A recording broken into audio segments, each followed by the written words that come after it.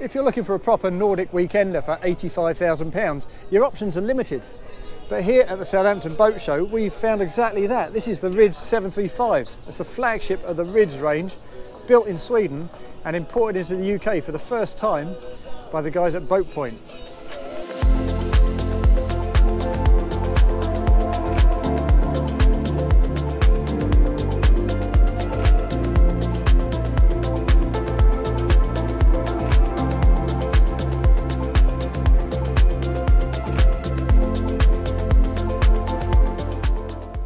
And as you can see, this looks like quite a well put together piece of equipment. The finish looks very good.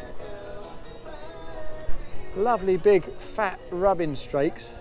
As you move aft, you'll notice there's VI after the number 735. VI stands for vacuum infusion.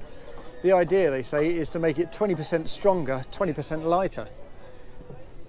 Built in Sweden, as I say, they've been building boats there with vacuum infusion since 1998, so they know what they're up to. And in fact, the company harks back to 1968, apparently, when they started off building archery gear and fishing rods. But this, as a weekender for £85,000, is an exciting prospect. So let's start at the aft end.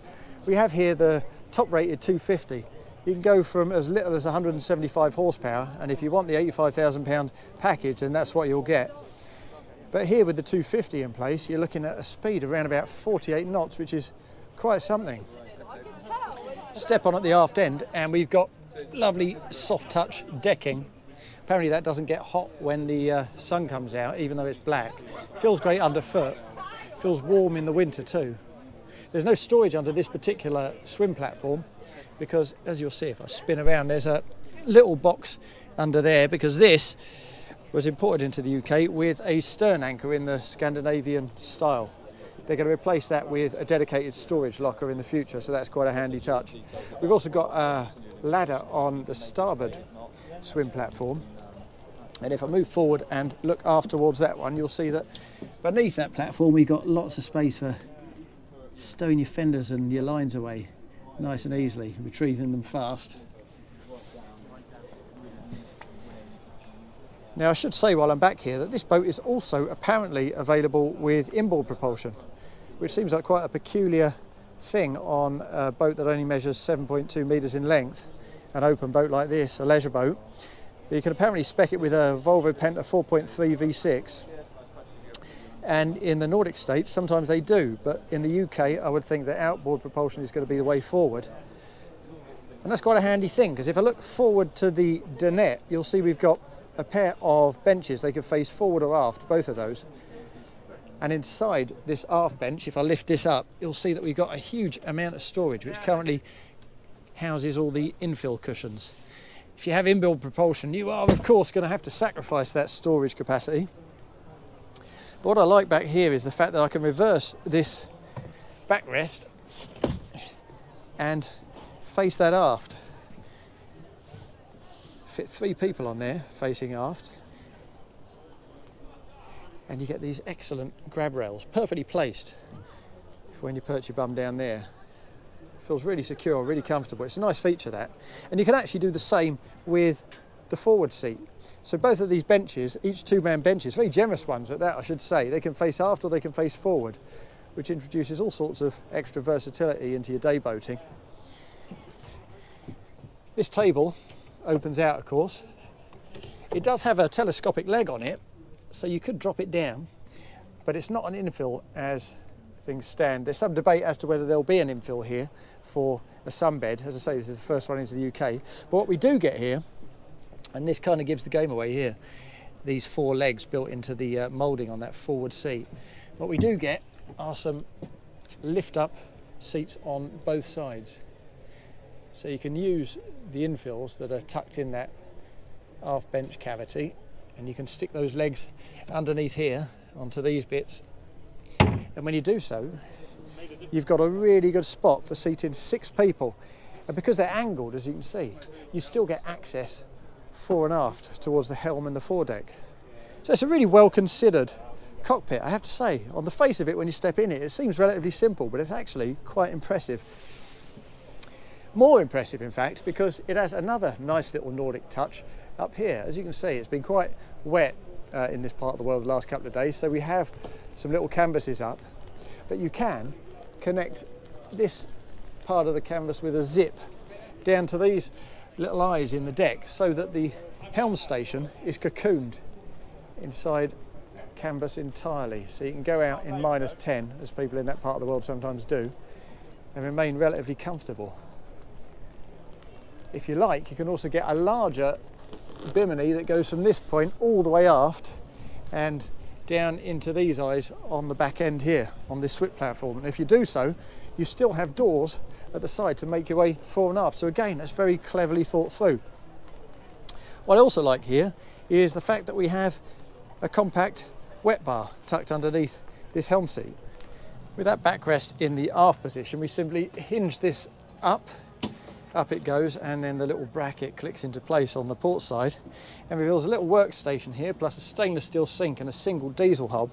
Rather sensibly, the tank for that diesel hob is directly beneath the hob itself. And there's still room on the port side for a really decent size of fridge. It's not grand or salubrious, and it's quite low level, but it does everything you could want on a boat of this scale. And given that this boat is actually rated to carry 6 people, it'll certainly service them. As with the cockpit, quite happily seat the entire ship's company back here in really decent comfort. Now let's close this lid back up and take a look at the helm station. Now, this helm station is not particularly to my taste because we have the zip wake and bow thruster on the port side of the wheel, when I think they ought to be next to the throttle.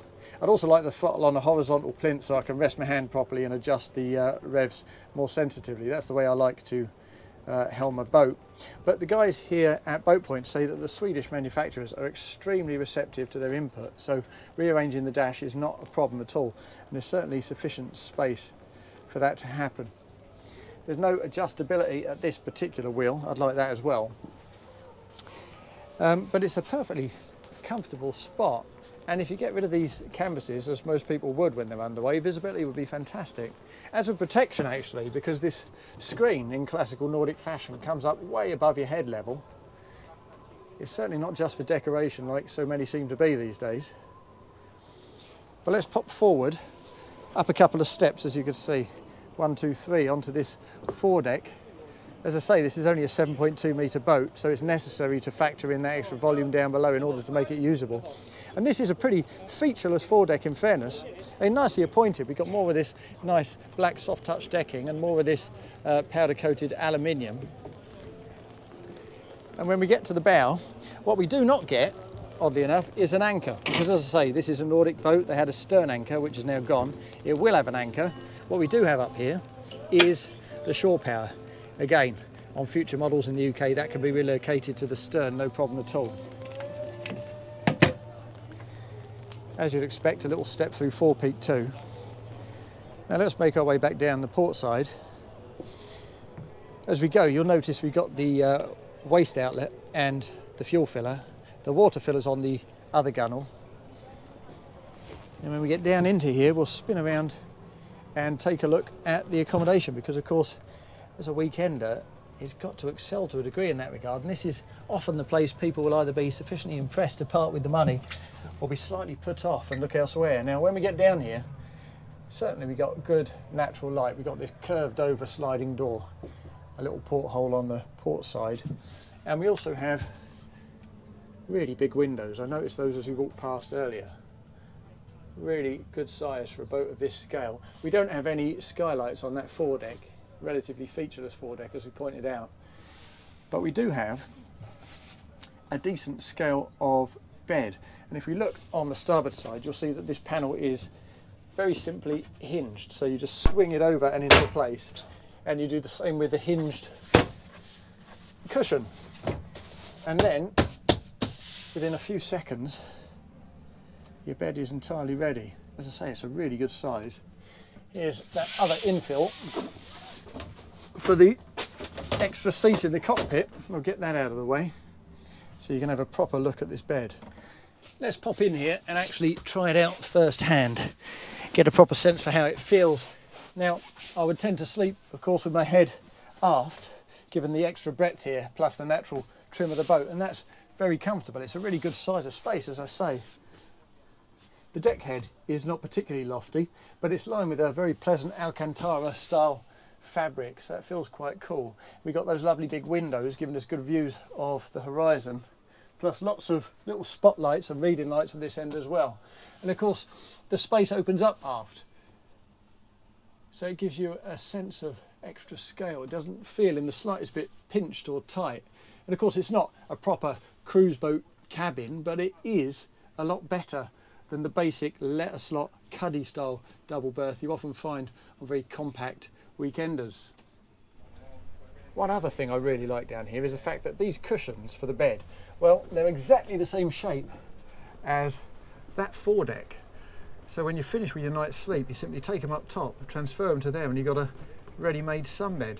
Now you might say, well, it's a bit cheap, just one set of cushions instead of two, but realistically, on a boat like this, how often are you going to need to use the cushions for the sunbed up top and the sleeping zone down below at the same time? The answer is literally never. So for me, this is a really clever little design touch. There's a handy little bit of storage under here too, plus a little kind of ledge with extra storage under there, and you can use that, though it's not actually cushioned on this boat, as a changing area. Take advantage of the height here. What's likely to be the clincher for a lot of people though is the fact that we have a concertina door here on the starboard side, and inside there a proper heads compartment with an electric loo, decent space, not massive space of course. You've got a sink and a tap, you've got a little opening porthole, a mirror, everything you need. You do have to back in here to make it properly accessible, but the headroom's decent, the space is okay. This is really not a bad job at all. As you make your way out of that cabin, you've got to watch out for that grab rail around the screen rim. I've cracked my head a couple of times, but notwithstanding that bump on my head, I have to say this new 735, this new flagship of the Ryds fleet, is quite a breath of fresh air. Now, it's not especially luxurious, it's not particularly lavish, but the deck layout makes all kinds of sense. And there's lots of intelligence in the design solutions. And more to the point, it comes from a company that has a long heritage in exactly this kind of boat. And then there's the price, of course. In fairness, this particular model for the show is spec'd right up, so this will cost you £120,000. But if you like the idea of a proper Nordic weekender that starts at £85,000, then you need to get yourself down to Boat Point.